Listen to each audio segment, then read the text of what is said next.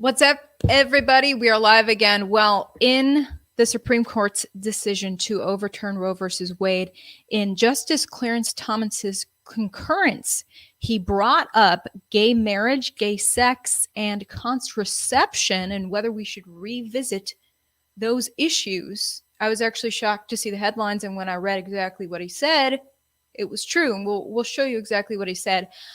So this past weekend, Chicago's Mayor Lori Lightfoot had some very strong words for Justice Clarence Thomas in reaction to what he said. Here's what she said at a Pride event in Chicago. If you read Clarence Thomas' concurrence, he said, "Thank you, fuck Clarence Thomas." Fuck you, Clarence Thomas!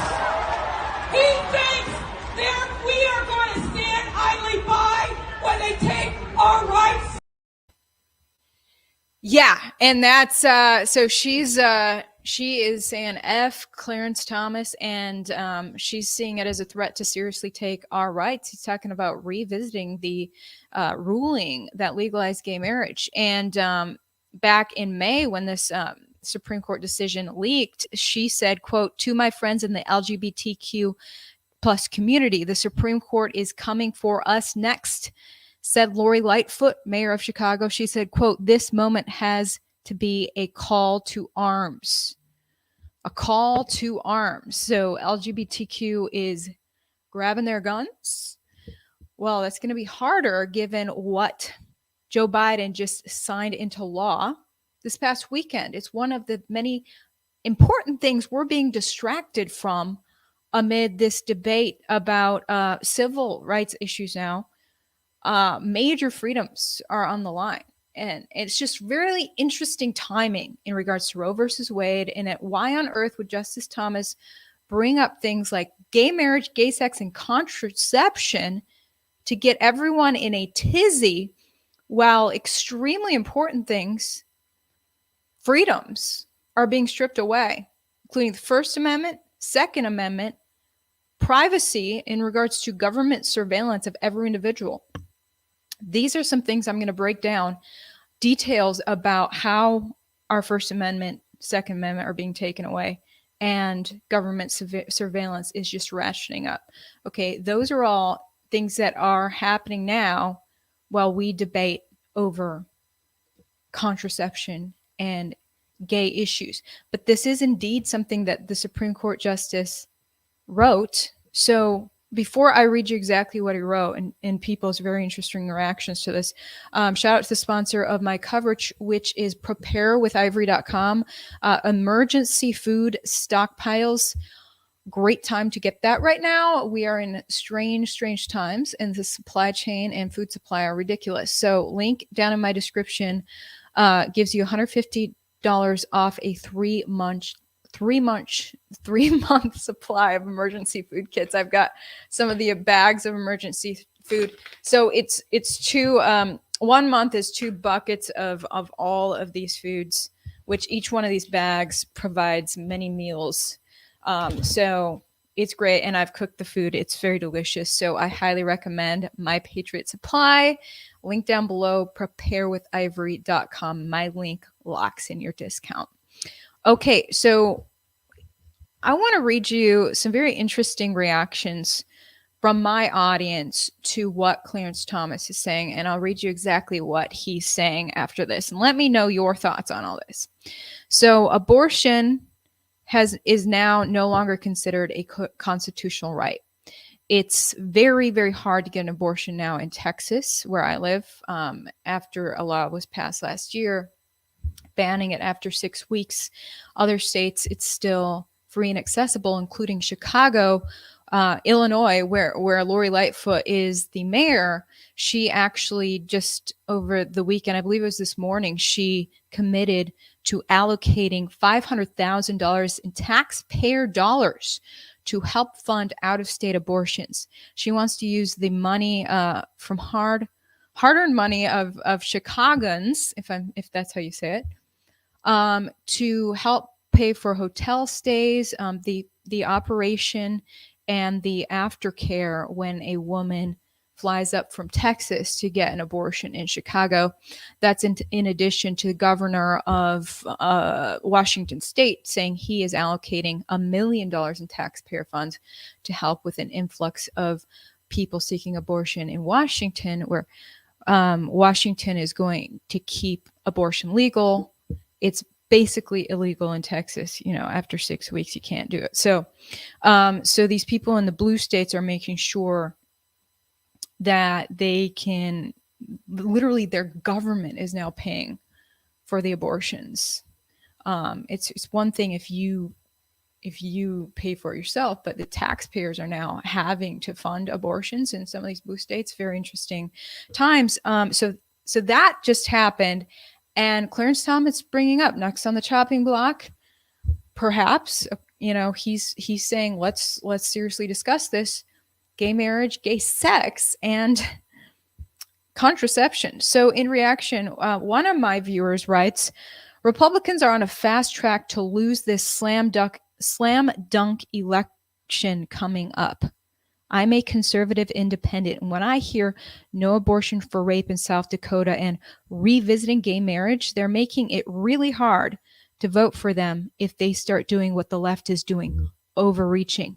I was 100% with the Republicans after the pandemic hysteria, and now I'll put myself at 80%.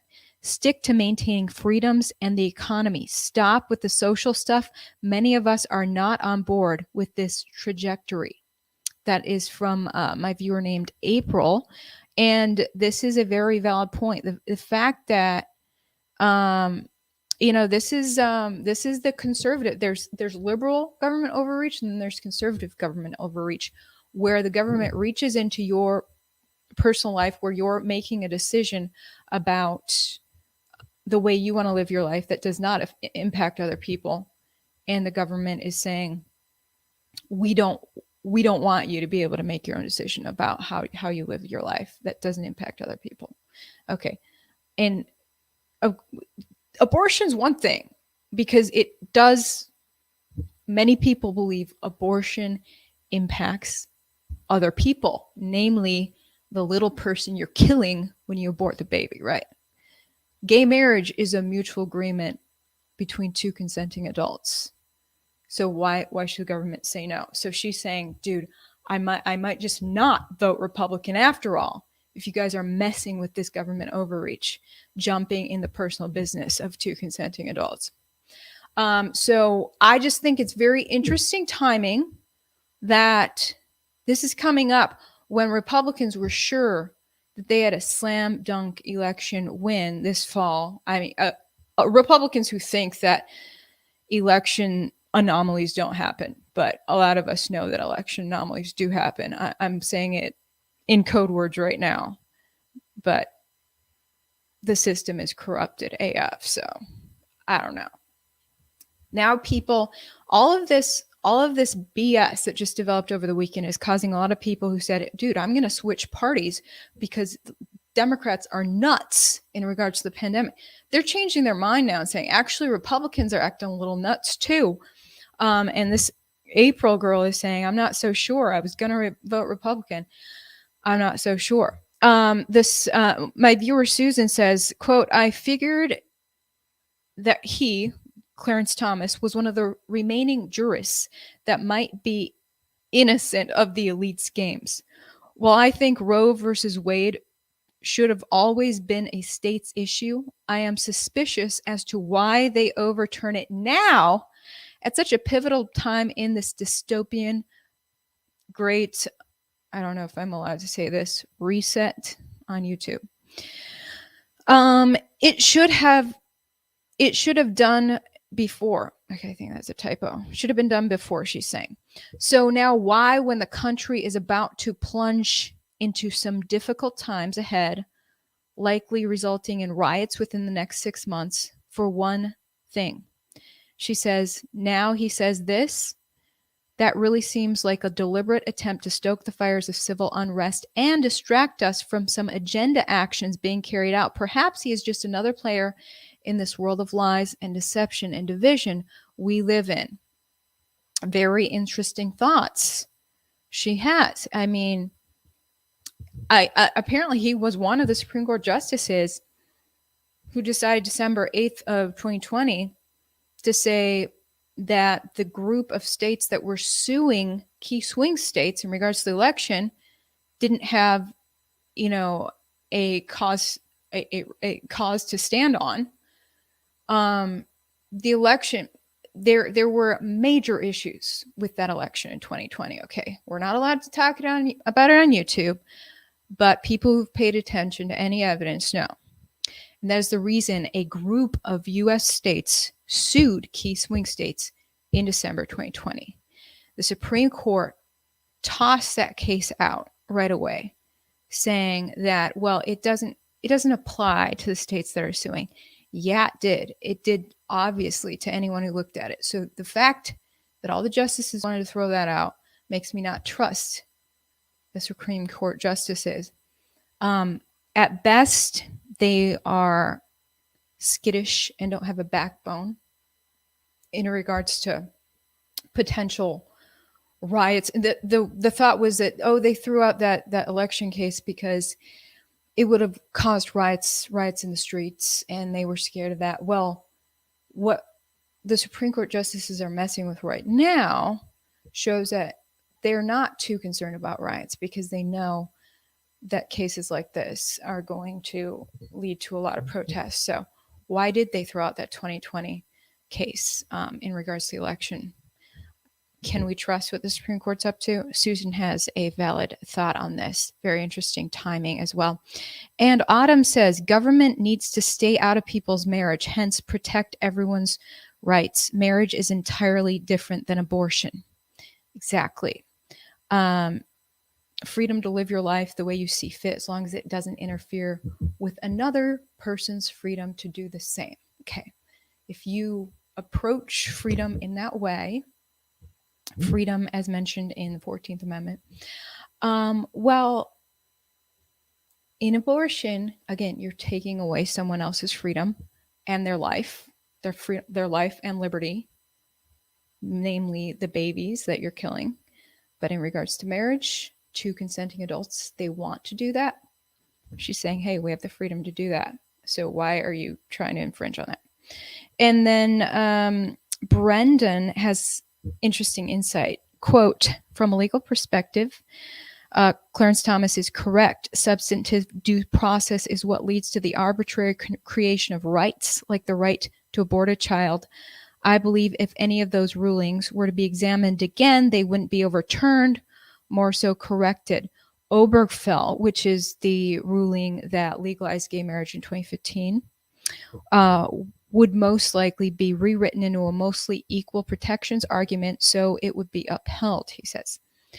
And Nova says they should have left it at civil union. The first time marriage comes with a tax rate, and that tax rate can encourage or discourage childbirth. And when you give it to gay couples, you're just balancing the scales in a really stupid way. All right. So, I mean, the government makes a lot of money off of marriage. Okay. So Travis says, our mistake was allowing marriage to go through the government. All same-sex couples should be limited government libertarians. Government should have zero to do with marriage. Interesting comments. Why the heck is government involved in people's personal lives like that in the first place? I want to show you guys exactly what Justice Clarence Thomas said, which I have linked the Supreme Court opinion in my description if you guys want to read through it yourselves. Page 119 is the key part. Justice Clarence Thomas's concurrence. So he says the court today declined to disturb substantive due process jurisprudence generally, or the doctrine's application in other specific contexts. By the way, I'm bringing up specifically the part where he talks about gay marriage, gay sex, and contraception. So he says cases like Griswold versus Connecticut, that was in regards to contraception. Lawrence versus Texas, that's in regards to gay sex, and Obergefell versus Hodges, that's in regards to gay marriage, are not at issue, he says. Oh, thanks, Thomas. Why'd you bring them up in the first place then?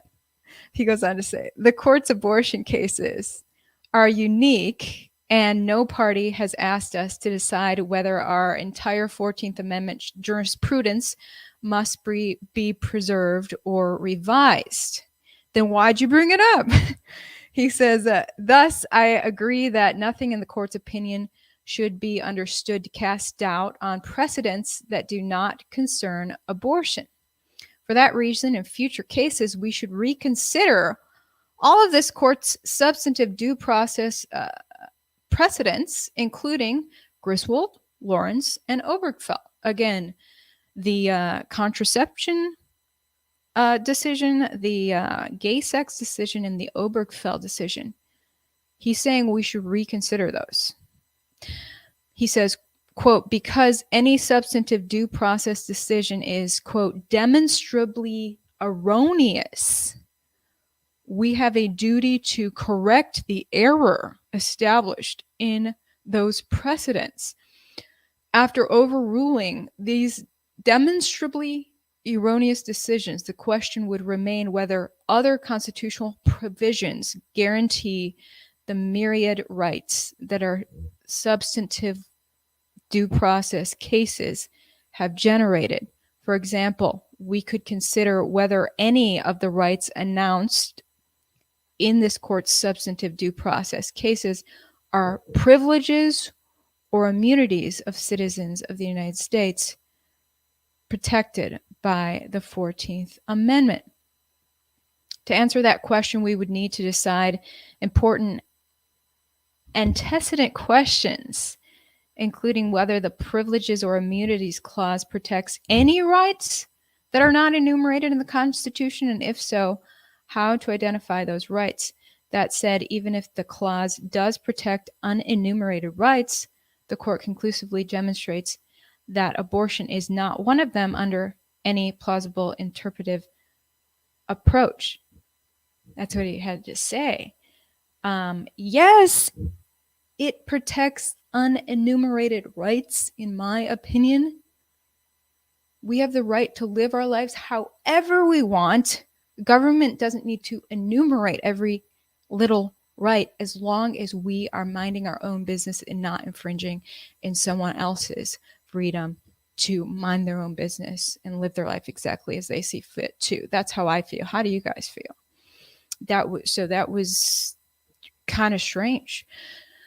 So it was the three issues he brought up were so the contraception ruling was a 1965 Supreme Court decision that basically said, no, the police can't just raid your home and see if you have contraceptives in your bedroom as a married couple.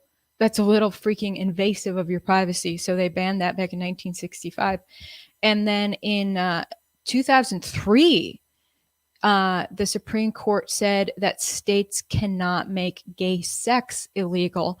This after a case in 1998 here in Houston, Texas, where I live. 1998, some chick calls the cops on two gay guys who live nearby, I guess. She says that she mentioned something about a gun. And so police show up and instead find two gay guys having sex, and they arrest them and charge them with having sex as gay people. And those two guys took it to court and said, this is ridiculous that we're being actually charged and fined for having gay sex. And they took it all the way up to the Supreme Court and won. And the Supreme Court said, no, states can't ban gay sex. Again, freedom to live your life as you see fit, as long as you're not interfering with someone else's freedom to live their life as they see fit. So there you go. And then in 2015, gay marriage ruling happened where Supreme Court said that states can't ban gay marriage. And so Clarence Thomas, I guess, is saying, should we send this back to the states where some states could ban gay sex and gay marriage? Why would you give your government the power to interfere in your personal life that much?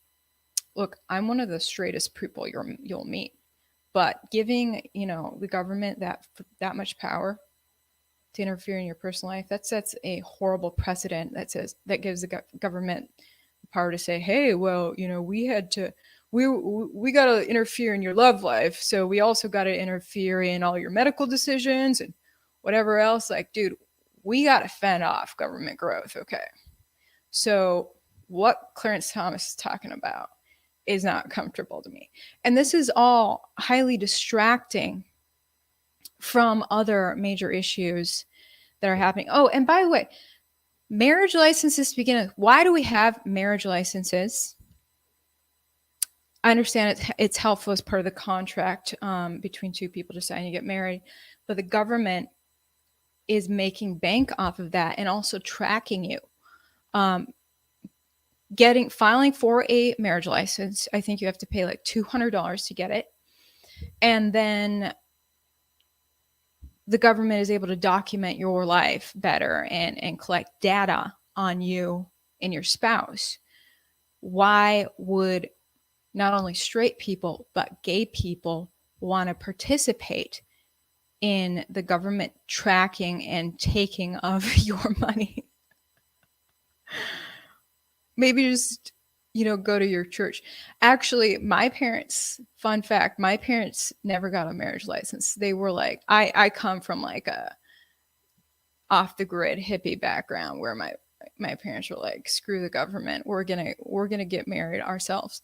That's the thing. It's like, why do we need the government's involvement in our marriage to begin with? That's BS. So my parents, when they got married, they were like, screw it. We're going to get married without the government. And they signed a marriage covenant that they wrote up themselves and, had their families witness and did a whole magical wedding. And the government was 0% involved. And they've never had issues. They have, as far as I know, they have not had any issues with the government having done that. So I plan to do the same whenever I get married. I saw this meme that was like, Americans think they're free, but are they free? Because they have to give the government's permission to get married. They have to get the government's permission to go fishing. They have to get the government's permission to drive a car. What's really going on? So I'm not sure why gay people want to subject themselves to the government control system, let alone straight people. Because whenever I get married, screw it. I don't need government's permission. All right. So whatever happens, I say you can still get married. Screw what the government says. All right. Small government all the way. There's my opinion. All right. So this all is distracting from huge things happening in our lives right now.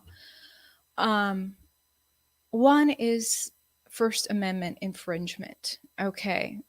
The First Amendment infringement is happening hot and heavy right now. And if we lose our ability to speak freely completely, that's a huge step in the beginning of the end of our liberty. Oh, I'm going to catch super chats as they come. Thanks, Jay, for the super chat. Quote, he's specifically referring to the scope of the 14th. I believe he mentions those rights are better protected through other amendments. Yeah, I think Clarence Thomas was talking basically about, or maybe it was one of my viewers who made that clarification, is that Clarence Thomas may have been saying that the law was interpreted in a faulty way, and maybe we need to interpret it through other amendments in other parts of the Constitution. So Clarence Thomas may not be saying that we absolutely have to do away with things like gay marriage and gay sex and contraception. But why the heck is he bringing any of this BS up to begin with? It's a humongo distraction that's going to get everyone in a tizzy about that, while the government is working hard to strip away our freedom to speak and share information freely, our freedom to protect ourselves from the government with weapons, and our freedom to actually have some privacy and not be completely tracked by the government. Government has been tracking us hard, more and more, with a lot of ways we don't know, and I'm going to bring up some of the ways that I have discovered that we do know right now. Oh, thank you, Crypto Cred, for the super chat. Quote, Ivory, I really appreciate you and your message. Thank you for using your voice for good. You look super pretty today. Love that shirt. Thanks. It's a dress, actually. I appreciate the support. Okay, so let me remind you guys about what's happening with First Amendment infringements. DHS has been on a hard mission to track and snuff out speech that it deems threatening. It's had many bulletins throughout the course of the pandemic labeling Americans as domestic terrorism threats. In many of the bulletins, it kept bringing up our talk about the election, our talk about the pandemic, whether we are okay with being controlled excessively by the government in regards to the pandemic. And if we're not okay with that, we may be a future domestic terror threat. If we are not okay with what went down in the election in 2020, we may be a domestic terror threat. Now, they're talking about if we're not okay with what's happening at the southern border with Mexico. And if we're getting up in arms about that, we may be a domestic terrorism threat. All these debacles that are happening right now, if we're not just smooth sailing with whatever the government wants to do, we may be a domestic terrorism threat. It's just interesting to me that some of these key issues that DHS says may be threats are the same issues that social media outlets are snuffing out and censoring. Okay, the White House has talked about how they flag certain content for Facebook. DHS is an arm of the White House.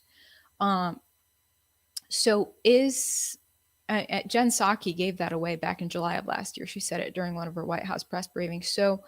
So it appears, they haven't been completely forthcoming on this, but it appears that social media outlets and the White House, or DHS, or the executive branch of government, are working together to censor vast swaths of information, especially in regards to the election and the pandemic. And corporate news journalists are just cool about it. It's horrifying. It's very difficult to talk about certain topics right now as our First Amendment rights are being stripped away. Now, that's been happening over the course of the pandemic. Most of us are aware of that level of ratcheted up censorship. But just a couple of months ago in April, 60 nations, 60 of the globe's most advanced nations signed a declaration for the future of the internet. I covered this when it happened. I feel like few people did cover it. And in that very deceptive declaration that they signed, that was there for public viewing, where they talked about their love of free speech and that they wanted to keep the internet free, they mixed in language about snuffing out disinformation in regards to the election and in regards to health threats like pandemics. So this is 60 top advanced nations around the globe, including the US. Actually, this was led by the US, agreeing to do mass internet censorship and it barely made a single headline. Okay, that is in addition to Obama then doing multiple speeches this year about the need for ratcheted up censorship. I believe this was a week or two ago that Obama spoke in Denmark, I believe it was, on the need for censorship. This after he spoke in California a few weeks before that. So basically, Obama saying that, social media outlets are indeed censoring, but they're not doing enough. We need to snuff out certain people altogether. If we, the elitists in the government, decide that someone is a disinformation spreader, they need to be completely muzzled, and no human being should be allowed to hear their words. These are scary things that Obama is saying in a beautiful, flowery way that sends people into a happy little trance under Obama's speech.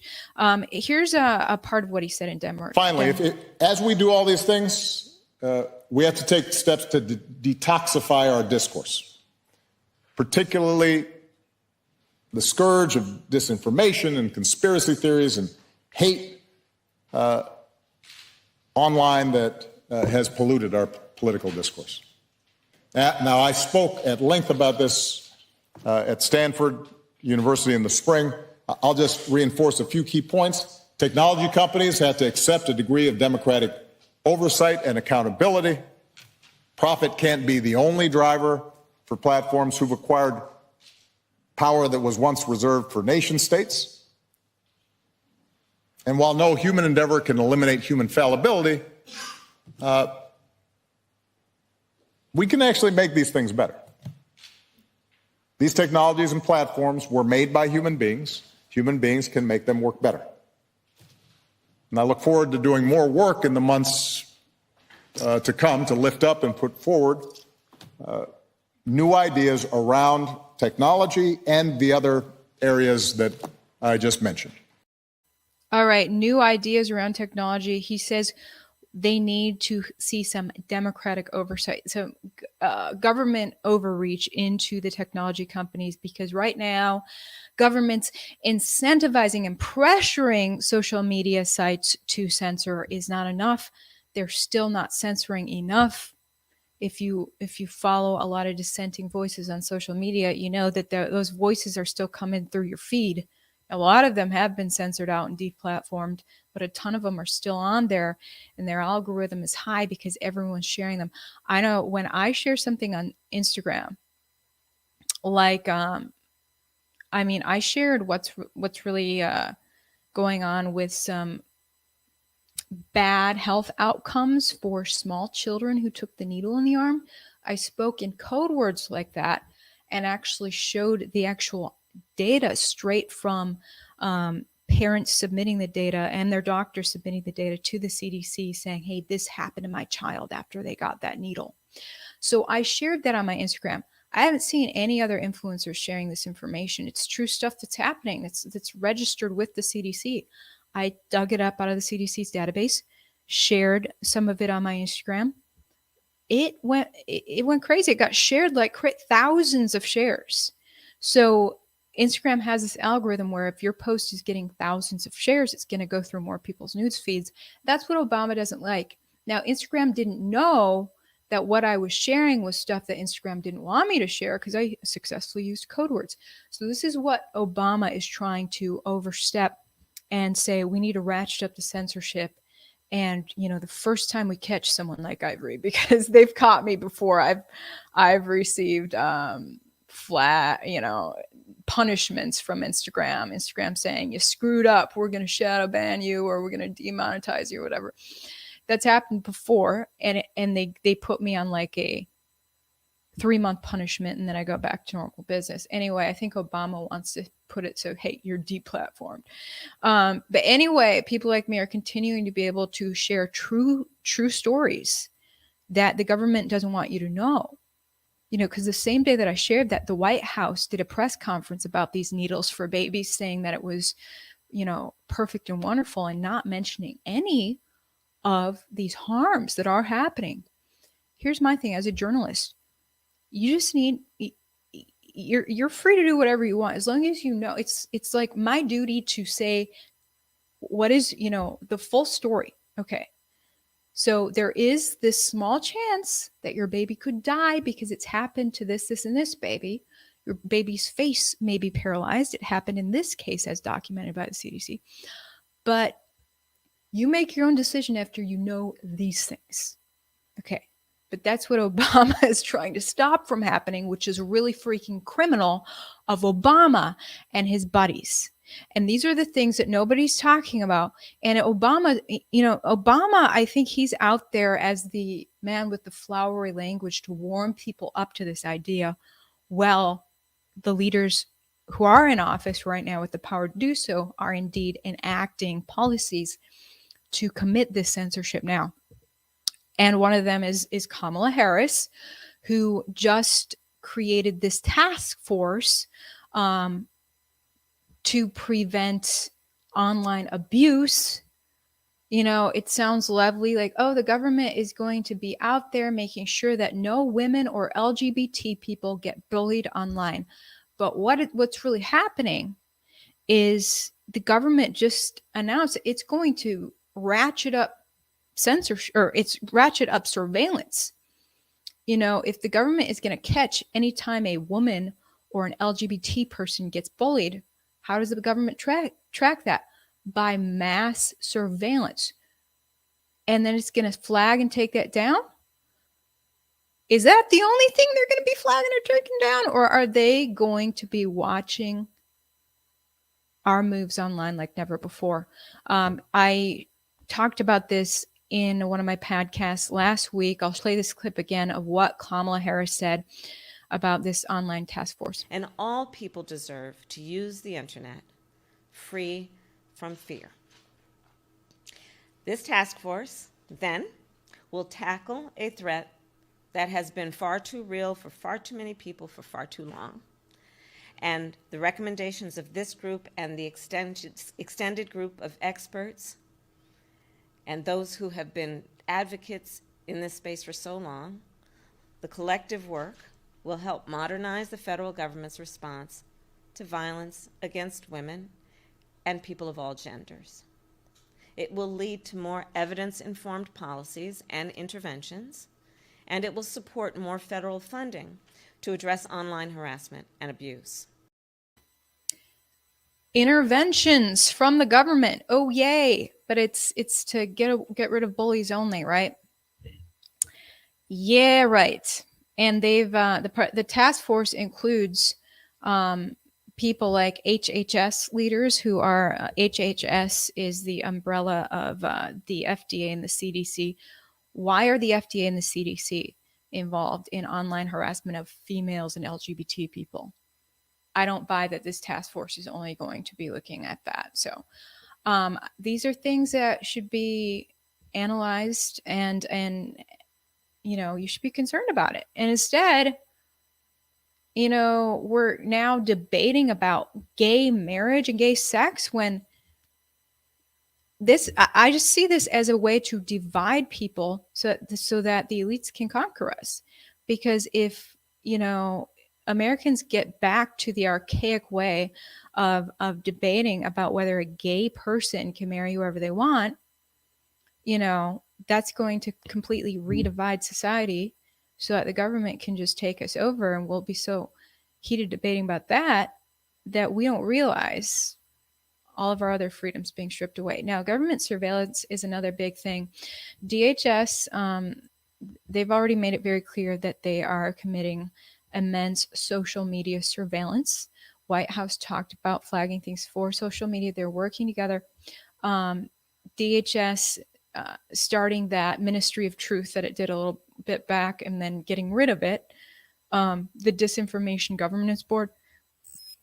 That was just the formality. That was formalizing what had already been happening, and getting rid of the Disinformation Governance Board has not stopped DHS from doing what it's doing. It's still tracking our conversations. Not only that, I've also covered on my show how the CDC has purchased immense amounts of cell phone data to track our every move. they wanted apparently to see whether we were social distancing during the pandemic. It was watching where everyone went, including whether you're going to church, whether you're going to school, whether you're going in to get a needle in the arm. The CDC was able to track all of these things. We covered it on my show. We looked at the data. We looked at the mainstream media news coverage of this. It's true. And by the way, this is the same cell phone data tracking.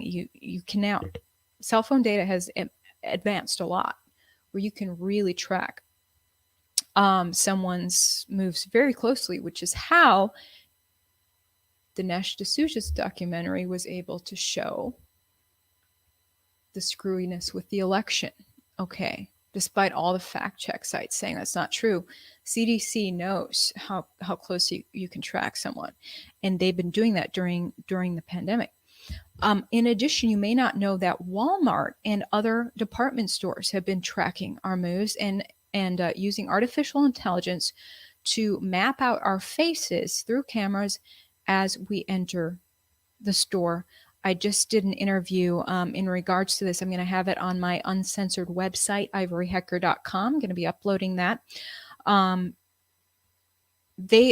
is actually working with none other than DHS, Department of Homeland Security, the same government agency under Biden that created that disinformation governance board, then got rid of it, but nevertheless is tracking Americans to see if they're domestic terrorists.